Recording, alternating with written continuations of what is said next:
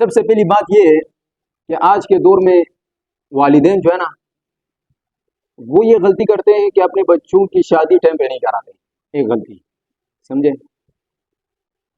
والدین کے پاس یعنی اتنے اسباب تو ہوتے ہیں اور اس کی بیٹی اور بیٹا بالغ ہو جاتے ہیں, بلوغت کے بعد بھی وہ اس کے لیے شادی کا بندوبست نہیں کرتے.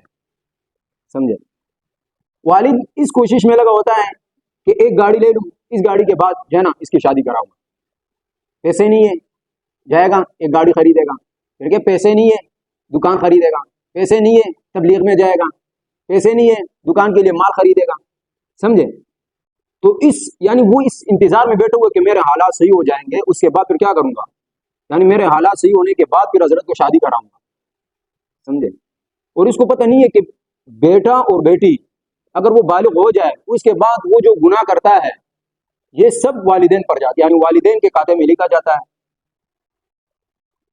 لیکن آج کے دور میں کیا کرتے لوگ یہ کرتے ہیں بس, یعنی اس کو بالکل ضروری سمجھتے ہی نہیں ہے. اور پھر آج کے دور میں موبائل کا زمانہ اور یہ اسلامی جمہوریہ پاکستان جہاں پر قدم قدم پر بندے کا وضو ٹوٹ جاتا ہے.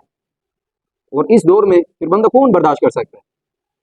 پھر جو بندہ وقت پر اپنے بیٹا اور بیٹی کی شادی نہ کرے تو پھر اس کے خیالات جو ہے نا وہ دوسرے بن جاتے ہیں. کیا بن جاتے ہیں؟ دوسرے بن جاتے ہیں.